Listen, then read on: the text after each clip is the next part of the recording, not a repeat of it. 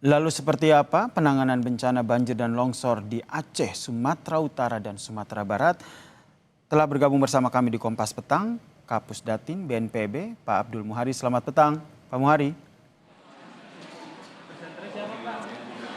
Selamat sore, Mas Yasir. Pak Muhari, hingga saat ini tim SAR gabungan bersama dengan BNPB tentu terus bekerja, terutama untuk masuk ke akses-akses yang masih terisolasi. Tapi sebelum menjelaskan itu, boleh diupdate dulu Pak Muhari terkait dengan data korban jiwa dan juga korban yang hilang hingga saat ini. Ya, untuk update data korban, saat ini kami sedang merekap dengan pemerintah daerah dengan cut off data pukul 4 sore ini. Proses rekapitulasi masih berlangsung, nanti akan segera kami update. Yang pasti ada beberapa penambahan dari Sumbar dan Aceh yang nanti akan kita sampaikan. Proses rekapnya masih berjalan, Mas Yasir, karena cut off data kita harian itu di jam pukul 16.00 sore, Mas Yasir. Berarti datanya masih yang disampaikan minggu siang tadi ya, meninggal dunia 316 orang dan 289 masih dinyatakan hilang. Kemudian yang tengah dilakukan saat ini tentu masuk ke daerah-daerah yang masih sulit dijangkau. Nah, seperti apa hal yang dilakukan saat ini? Iya, hari ini kalau di hari-hari sebelumnya untuk mengatasi kesulitan akan masih terbatasnya akses jalur darat, itu kita menggunakan unit-unit satuan udara. Di Sumatera Utara misalkan ada 4 heli BNPB dan 3 heli TNI yang kita optimalkan. Tetapi tentu saja tiap sorti dari heli ini tonase kargonya terbatas. Artinya satu heli itu tonase kargo yang bisa dibawa rata-rata 800 kg hingga 1,5 ton. Tentu saja ini untuk memenuhi kebutuhan masyarakat yang kadang dalam satu kabupaten kota itu ada yang mengungsi hingga 20.000 jiwa, ini akan butuh waktu. Kemudian di hari ini kami menggunakan jalur transportasi laut itu untuk menjangkau 5 daerah di Sumatera Utara dan 5 daerah di Aceh. Ini ada 2 transportasi laut menggunakan kapal penghubung yang mengangkut tonase bantuan hingga 11 ton. Jadi sangat signifikan.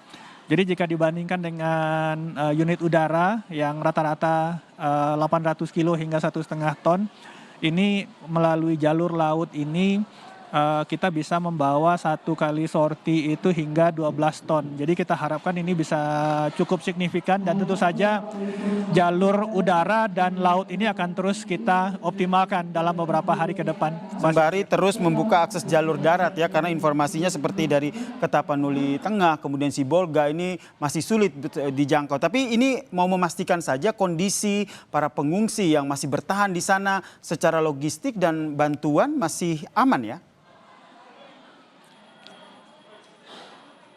Ya, memang ada beberapa kepala daerah, jadi kami setiap malam pukul 20.00 selalu melakukan briefing dengan kepala daerah untuk mengetahui ketersediaan buffer stok di masing-masing kabupaten kota. Memang ada beberapa kepala daerah yang menyebutkan buffer stok mereka untuk ketersediaan pangan bagi masyarakat itu mulai menipis. Nah, ini yang kemudian kami jadikan prioritas untuk sorti, baik itu sorti penerbangan maupun sorti laut pada hari berikutnya. Seperti halnya tadi malam Bupati Sibolga juga menyampaikan ada mulai kekurangan atau menipisnya buffer stok di Sibolga. Pagi ini 3 heli kami sudah jalan 2 sorti per helinya, jadi sudah 6 sorti itu mendropping bantuan ke Sibolga. Ini yang tetap kita lakukan. Memang informasi dari pemerintah daerah akan sangat krusial supaya kami bisa menentukan skala prioritas pada sorti logistik, dropping logistik baik itu melalui jalur udara maupun jalur laut pada hari berikutnya, Mas Yasir. Mapping ini yang penting untuk dilakukan ya Pak Muhari, sehingga betul-betul bisa diberikan distribusi bantuan secara optimal begitu di lokasi-lokasi yang hingga saat ini mereka masih terisolasi gitu. Ada kendala tidak? Mungkin kurangnya armada, wah harusnya nih lebih butuh banyak helikopter lagi nih, atau armada laut harus diperbanyak lagi, mengingat ini kita berkejaran dengan waktu karena para pengungsi di sana mereka tentu ya, berharap sekali bantuan berupa makanan ini segera tiba. Ya, memang pasti akan ada kondisi-kondisi yang membuat keterlambatan atau keterbatasan dalam dropping bantuan. Tetapi tentu saja kami di lapangan selalu akan berupaya sekuat tenaga untuk mencari solusi-solusi dari hambatan tersebut. Pertama, ketika kita tidak bisa mengakses darat, kita menggunakan jalur udara, dan ini pada hari ketiga, hari keempat ketika cuaca mulai cerah, mulai cukup optimal. Tetapi kemudian tonase dari jalur udara ini juga terbatas. Dan kadang-kadang pada sore hari ketebalan awan juga mengganggu keselamatan penerbangan. Kemudian kita mencari lagi solusinya via jalur laut. Ada kapal-kapal cepat yang bisa kami optimalkan, bisa kami gunakan untuk mendropping bantuan dalam tonase yang lebih besar. Sehingga dalam satu kali trip kita bisa menjangkau 4 sampai 5 kabupaten. Dan ini juga kami lihat juga cukup menjanjikan upaya dari laut, sehingga nanti mungkin dalam 2-3 hari ke depan unit-unit dari kapal yang akan kita gunakan akan kita perbanyak supaya dropping logistik ini bisa lebih optimal, bisa banyak kita angkut dan menjangkau beberapa daerah dalam waktu yang sekali jalan. Bersamaan dengan itu, Kementerian PU dan pemerintah daerah juga sekarang mengakselerasi pembukaan akses-akses jalan yang masih tertimbun longsor. Dan ini juga kita update terus kondisinya, sehingga kalau ada satu jalan penghubung kabupaten yang sudah terbuka, maka besoknya dropping akan kita lakukan via jalur darat yang secara otomatis tentu saja dengan menggunakan truk ini juga tonasenya lebih besar. Ini yang juga kita terus sesuaikan dengan dinamika di lapangan, apapun opsinya akan kita lakukan, Mas Yasir. Bang Wari, di Aceh ada akses listrik yang masih terputus, update-nya seperti apa? Ya, ada satu gardu yang terganggu, dan ini melalui menggunakan pesawat Hercules sudah dibawa komponen-komponen pengganti, dan saat ini sudah digeser dan mulai dikerjakan di lokasi. Kita harapkan tentu saja dalam 1-2 hari ini mudah-mudahan bisa segera pulih, Mas Yasir. Ini harapan kita bersama. Kemudian ini juga ramai diperbincangkan. Kemudian juga ada juga beberapa rekan dan juga teman yang begitu peduli dan ingin menyampaikan bantuannya. Adakah dari BNPB sendiri mengakomodir begitu animo dari masyarakat, sehingga betul-betul bantuan yang diberikan dari berbagai elemen masyarakat untuk saudara kita di Sumatera ini bisa tersalurkan tepat sasaran? Iya, BNPB bersama TNI dan Polri tentu saja kita membuka pos dukungan bantuan di Halim.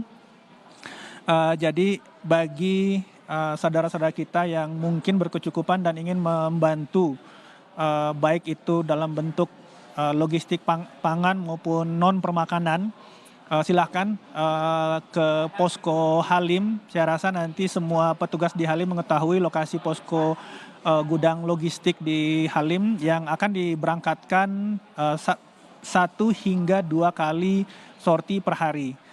Jadi tentu saja kami di lapangan dan saudara-saudara kita yang masih membutuhkan logistik akan sangat terbantu nantinya dengan adanya dukungan dari saudara-saudara kita yang lain, Mas Yasir. Baik, saya kembali mengingatkan ya kepada pemirsa Kompas TV dan juga semuanya yang ingin menyampaikan bantuan, ini bisa disalurkan ke posko BNPB yang ada di Halim ya, biar bisa tepat sasaran dan insya Allah sampai ke warga yang ada di Sumatera yang membutuhkan. Terakhir ini mau mengupdate lagi, selain penanganan korban yang terdampak, tentu fokus dari BNPB ini juga mencari korban yang hilang. Update-nya seperti apa?